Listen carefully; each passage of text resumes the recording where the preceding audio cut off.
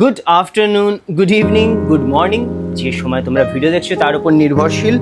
আর আজকে আমরা আবারও বই নিয়ে কথা বলবো। আমরা সবসময় বই নিয়েই কথা বলি, কিন্তু মাঝে সাঝে বইয়ের পাশাপাশি কি লং ফর্মের ভিডিওতে আমি কী সিনেমা দেখছি বা ইউটিউব ভিডিও এক্সপ্লোর করছি সেই সব নিয়ে যদি তোমরা জানতে আগ্রহী থাকো কমেন্ট করে বলতে পারো, সেটা পরবর্তী সময় ভাবনা চিন্তা করা হবে সেটা নিয়ে। কিন্তু বর্তমানে রিসেন্টলি আমি কী বই পড়েছি, কী বই কন্টিনিউয়াসলি পড়ছি সেগুলো নিয়ে বিস্তারিতভাবে আলোচনা করতে চাই। কিন্তু সাথে আমি আরও কিছু নতুন বই কিনে নিয়েছি। আর বাই দ্য ওয়ে আমাদের চ্যানেল কিন্তু 40,000 সাবস্ক্রাইবারের খুবই কাছে রয়েছে। গত কয়েকদিন ধরে শর্ট ভিডিওগুলোতে খুবই ভালো রেসপন্স পাচ্ছি, সো তার জন্য থ্যাংক ইউ। আর আজকের ভিডিওটা খুবই লম্বা হতে চলেছে, সো যদি হাতে সময় না থাকে সেভ লেটার করে পরে দেখে নিও, আর যদি সময় থাকে তাহলে চলো কী বই পড়েছি সেসব নিয়ে কথা বলবো। কিন্তু তার আগে চলো কী বই কিনেছি সেটা কুইকলি দেখাই। দুটোই অ্যামাজন অর্ডার।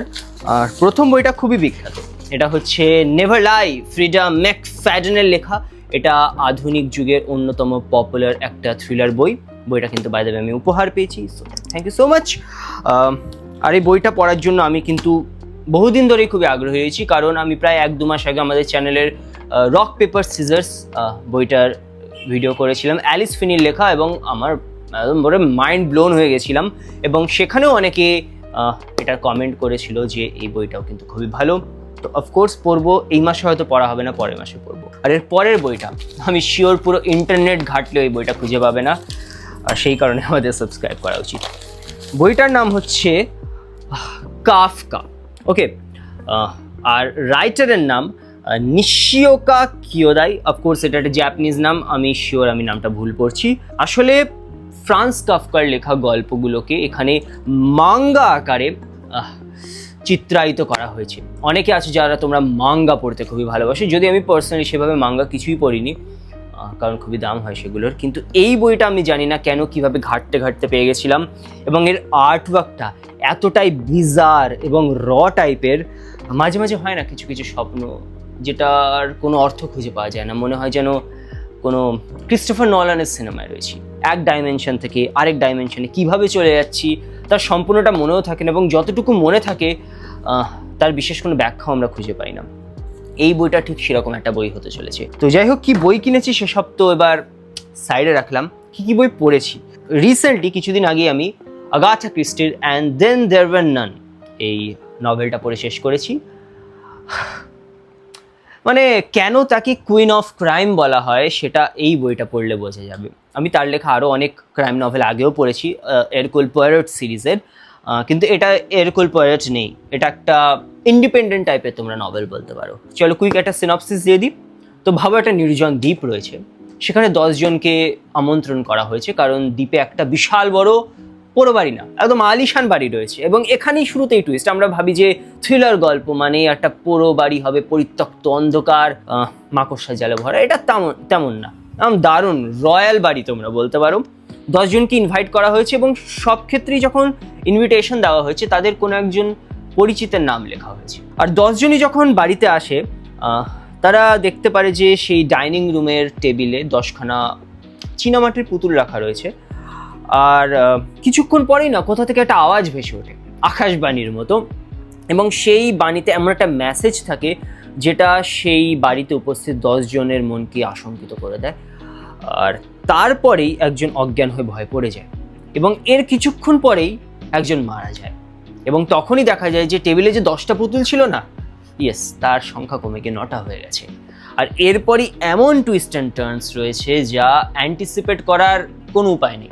একসময় মনে হচ্ছিল যে প্রায় আমি রহস্যকে উন্মোচিত করে দিয়েছি, কিন্তু তারপর আগাথা ক্রিস্টি আমার দিকে আঙুল তাক করে হেসেছেন।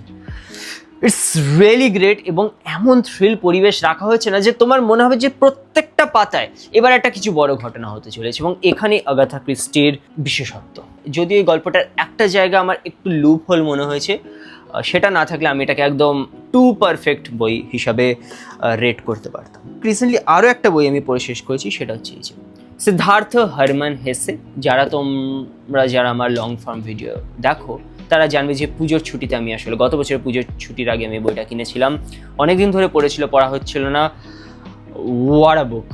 মানে এটা এমন একটা বই যেটা হয়তো আমাকে প্রত্যেক বছর একবার করে পড়তে হবে, কারণ এটা একটা বই নয়, এটা একটা আধ্যাত্মিক জার্নি তোমরা বলতে পারো। তো সিদ্ধার্থ নামের একজন ছেলে রয়েছে, একজন ব্রাহ্মণ সন্তান। ছোটবেলা থেকেই সে জ্ঞানের পিপাসী, সে নতুন নতুন জিনিসকে জানতে চায়, তার মনে যে যে প্রশ্ন ফুটে ওঠে তার উত্তর খুঁজে পেতে চায়। তো ছোটবেলাতেই সে তার বন্ধুকে নিয়ে সমানদের উদ্দেশ্যে বেরিয়ে পড়েছিল এবং সেখানে তাদের আশ্রমে থেকেও সে অনেক জ্ঞান লাভ করেছিল। আর তখনই সে সময় জানতে পারা যায় যে আশেপাশেই এক নতুন ধর্মাবতারের আবির্ভাব ঘটেছে, যার নাম গৌতম বুদ্ধ। তার কাছে নাকি পৃথিবীর সমস্ত রকম প্রশ্নের উত্তর রয়েছে, তিনি নাকি মহাজ্ঞানী, দি আলটিমেট ওয়ান তিনি। তো তখনই সিদ্ধার্থ সিদ্ধান্ত নিয়ে নেয় যে সে গৌতম বুদ্ধের সাথে গিয়ে দেখা করবে। আর সে যখন গৌতম বুদ্ধের কাছে যায়, তার সাথে কথা বলে, কিছু প্রশ্ন উত্তর করে, সে তার সব প্রশ্নের উত্তর পেয়ে যায়। কিন্তু সেখানেই না তার জীবনের এক অদ্ভুত মোড় হয়, মানে 180 ডিগ্রি মোড় বলতে পারো। স্পিরিচুয়াল জার্নি থেকে সে একটা ম্যাটেরিয়ালিস্টিক জার্নিতে হঠাৎ করে চলে আসে। পুরো সময় মনে হবে যে এটা কোনো গল্প পড়ছো না, তোমরা নিজেরাই যেন সিদ্ধার্থের যে জার্নি সেটাকে ফলো করছো। অসাধারণ একটা বই। আমার কাছে যে এডিশনটা রয়েছে এর ভেতরে কিছু সুন্দর সুন্দর ছবিও দেওয়া হয়েছে। আমি হাইলি রেকমেন্ড করবো বইটা। যদি কিনতে চাও আমি তাহলে ডিসক্রিপশনে লিঙ্ক দিয়ে দেবো। এরপরে কিছু বই আমি র্যান্ডমলি পড়ছি, যেমন এই বইটা মতিনন্দী ছোট গল্প সমগ্র। আমার খুবই প্রিয় একটা বই, তার কারণ এখানে এত সুন্দর সামাজিক গল্প লেখা হয়েছে। বেশিরভাগ গল্পই আসলে এখানে 70-80 দশকের কলকাতাকে কেন্দ্র করে, উত্তর কলকাতার অলিগলির সাধারণ জনজীবনকে কেন্দ্র করে। তো বিভিন্ন ধরনের চরিত্রকে এখানে এক্সপ্লোর করা যায়। প্রচুর গল্প রয়েছে, আমি একটা গল্প নিয়ে একটু কথা বলি। তো একজন বাবা তার ছেলেকে নিয়ে দিল্লিতে গেছে, কারণ এশিয়াড গেমস হচ্ছে। আর সেই বাবা তার আগের দশকে একজন জাতীয় ফুটবল প্লেয়ার ছিলেন। বিশেষ নাম না করলেও তিনি কিন্তু জাতীয় দলের হয়ে বেশ কিছু গোল করেছিলেন এবং এশিয়াডেও তিনি দলকে একসময় রিপ্রেজেন্ট করেছিলেন। এখন বাবার কেরিয়ার যেহেতু খুব একটা দীর্ঘায়িত নয়, তো সেই কারণে বাবা তার জীবনের এই কয়েকটা গোলকেই বারবার রিপিট করে ছেলের কাছে উপস্থাপন করার চেষ্টা করেন, যাতে তিনি ছেলের চোখে সবসময় একজন অ্যাজ আ মহান ফুটবলার বা মহান বাবা হিসাবেই থাকেন। এখন সেখানে গিয়েই না তার একটি ম্যাচ দেখতে গেছে এবং সেখানে একটা ফুটবল ম্যাচ হচ্ছে এবং বাবা সবসময় এই গোল দেখে বলছে যে আমার সময় আমি এরকম করতাম, ওরকম করতাম। পূর্বস্মৃতি রোমন্থন যাকে বলে। মাঝে মাঝে লোকজন আড়ালে আড়ালে তাকাচ্ছে তার দিকে, কিন্তু হঠাৎ করে একজন পাঞ্জাবি ভদ্রলোক ছিলেন যিনি আসলে তাকে রেকগনাইজ করতে পেরেছেন এবং তিনি একদম প্রপারলি তার একটি গোলেরও ব্যাখ্যা করেছিলেন। এবং সেই দেখে তো সেই বাবা খুবই একদম খুশিতে উদ্বুদ্ধ, তাকে ছাড়বেই না। তার কাছ থেকে বারবার মানে তার সেই ম্যাচটার অভিজ্ঞতা শেয়ার করতে চাইছেন, যাতে তার ছেলে শুনতে পারে। আর সেখানেই সে পাঞ্জাবি ভদ্রলোক রিভিল করেন যে সে কোনো কারণে অলিম্পিকে যেতে পারেনি, কারণ তাকে নাকি স্যাবোটাজ করা হয়েছিল। আর সেটা শুনে সেই ছেলে চমকে গিয়েছিল, কারণ সেই ছেলে কিন্তু এই ঘটনাটি কোনোদিনও জানতো না। এখন যে প্লেয়ারের জন্য নাকি স্যাবোটাজ হতে হয়েছিল তার বাবাকে, হঠাৎ করে সেই প্লেয়ারের সাথেই সেই হোটেলে গিয়ে দেখা হয়েছিল। আর তারপর আমি বলবো না ঘটনাটা কীভাবে এগোয়, কিন্তু অদ্ভুত একটা ডাইনামিক্স রয়েছে এখানে বাবা এবং ছেলের মধ্যে। এবং লাস্ট লাইনটা পড়ে না রীতিমতো তুমি একদম স্তব্ধ হয়ে যাবে। এত সুন্দর একটা গল্প এবং প্রত্যেকটা গল্প এই বইতে আসলে খুবই সুন্দর। কিছু কিছু গল্প অ্যাভারেজ রয়েছে, কিন্তু ওভারঅল আমি এটাকে একটা খুবই ভালো বই বলতে পারি, আন্ডাররেটেড বই। এরপরে যে বইটা পড়ছি আমি সেটা হচ্ছে যাহা বলিব কথ্য বলিব। আমার কিন্তু অ্যানেকডোটস পড়তে খুবই ভালো লাগে। এটা আরণ্য রায় লেখা, তার সম্ভবত একটা ইনস্টাগ্রাম পেজও রয়েছে, খুবই পপুলার, প্রচুর ফলোয়ার রয়েছে এবং তিনি খুবই ভালো ভালো ফ্যাক্টস বর্ণনা করেন। এখানে এরকম প্রচুর ফ্যাক্টস রয়েছে, অনেক জানতে পারছি এবং এমনভাবে লেখা হয়েছে যেটা জাস্ট র্যান্ডম ফ্যাক্টস নয়, অনেকটা গল্পের ছলে স্টোরি টেলিং করে বলা হয়েছে, খুবই সহজ সরল ভাষা। যদি কিছু ফ্যাক্টস নিয়ে কথা বলি তাহলে বিদ্যাসাগর ছোটোবেলায় ল্যাম্পপোস্টের নিচে বসে পড়েছিলেন।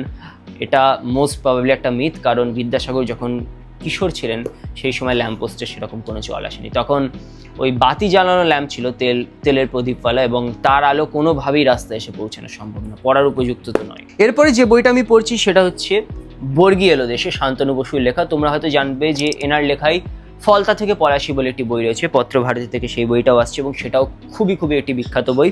লেখক আসলে 1800 শতকে বাংলাকে কেন্দ্র করে বিভিন্ন ঘটনাকে খুবই সুন্দর করে একদম উপস্থাপন করে গল্প রচনা করেন। তো হিস্টোরিক্যাল ফিকশন, বেশ ভালো ভালো এখানে গল্প। আমি 3-4টে গল্প অলরেডি পড়ে ফেলেছি। একটি গল্পে কিভাবে মুর্শিদাবাদের নাম মুর্শিদাবাদ হলো, মানে আগে নাম ছিল মুসুরাবাদ, তারপর সেখানে যখন মুর্শিদ কুলি খাঁ এসেছিলেন ঢাকা থেকে, তখন মুর্শিদ কুলি খাঁয়ের নাম থেকে এটাকে অ্যাডাপ্ট করে মুর্শিদাবাদ করা হয়েছিল। এবং অফকোর্স মুর্শিদাবাদ একসময় অবিভক্ত বাংলার রাজধানী ছিল, one of the richest provinces ছিল আসলে সেই সময়। এখন একটা জিনিস কিন্তু আমি অবশ্যই এখানে ডিসক্লেমার দিয়ে দিতে চাই যে এই বইগুলোকে কখনোই ট্রু টু দ্য ফ্যাক্ট হিসেবে কিন্তু কনসিডার করা উচিত হবে না। আমি অনেকগুলোকে এখানে সার্চ করে দেখেছি, রিসার্চ করে দেখেছি, অনেকটাই অ্যাকুরেট, কিন্তু কিছু কিছু গল্প কিন্তু এখানে হিস্টোরিক্যালি অ্যাকুরেট নয়। তো এটাকে অ্যাজ এ ফান তোমরা নিও, এবং অফকোর্স এত ভালোভাবে লেখা হয়েছে যে মনে হবে যেন যুদ্ধের রণভূমিতে তোমরা রয়েছো, ফিল করতে পারবে। এখন এগুলো তো রইলো যে কী কী বই আমি পড়েছি, কিন্তু কী কী বই আমি পড়তে চাই। অফকোর্স এই কাফকা যে বইটা কিনেছি এটা তো আমি পড়তে চাই, কিন্তু সাথে আমি এই সপ্তাহেই Harry Potter and the goblet of fire পড়ে শেষ করতে চাই। প্রথম 3টে বই আমার পড়া রয়েছে, প্রচুর কিছু জানতে পারছি সিনেমার বাইরেও। আর এই বছর HBO ম্যাক্সে হ্যারি পটারের সিরিজও আসছে, যার জন্য আমি খুবই এক্সাইটেড রয়েছি, এবং সেই কারণে আমি নিজের জ্ঞানকে এখানে আরও সমৃদ্ধ করতে চাইছি। আরও একটা বই আমি পড়তে চাই, সেটা হচ্ছে প্রাইড অ্যান্ড প্রেজুডিস, জেন অস্টেনের লেখা। আমি জানি আমি এর আগেও প্রচুরবার বলেছি আমি বইটা পড়বো, কোনোবারই পড়ে ওঠা হয়নি, কিন্তু এবার আমি নিশ্চয়ই আমি বইটা পড়বো, কারণ গরমের ছুটির এখনও 6-7 দিন আমার কাছে আছে, তো এই সুযোগের সদ্ব্যবহারটা আমি করতে চাই। তো যাই হোক, এই ছিল এই ভিডিওর কিছু বিষয়বস্তু। ভালো লাগলে লাইক করে দিও, আর কোনো রকম ফিডব্যাক থাকলে অবশ্যই কমেন্ট করে বলো। হয়তো ভিডিওটা দেখতে একটুখানি অদ্ভুত লাগছে, তার কারণ আমি কিন্তু রিয়ার ক্যামেরা দিয়ে ভিডিওটা শ্যুট করছি, তো আমি নিজেকে দেখতে পাচ্ছি না যে আমি কীভাবে কথা বলছি। ফ্রেমিংয়েরও আমার এখানে বিশেষ ধারণা নেই। যাই হোক, দেখা হবে পরের ভিডিওতে। সবাই ভালো থাকে।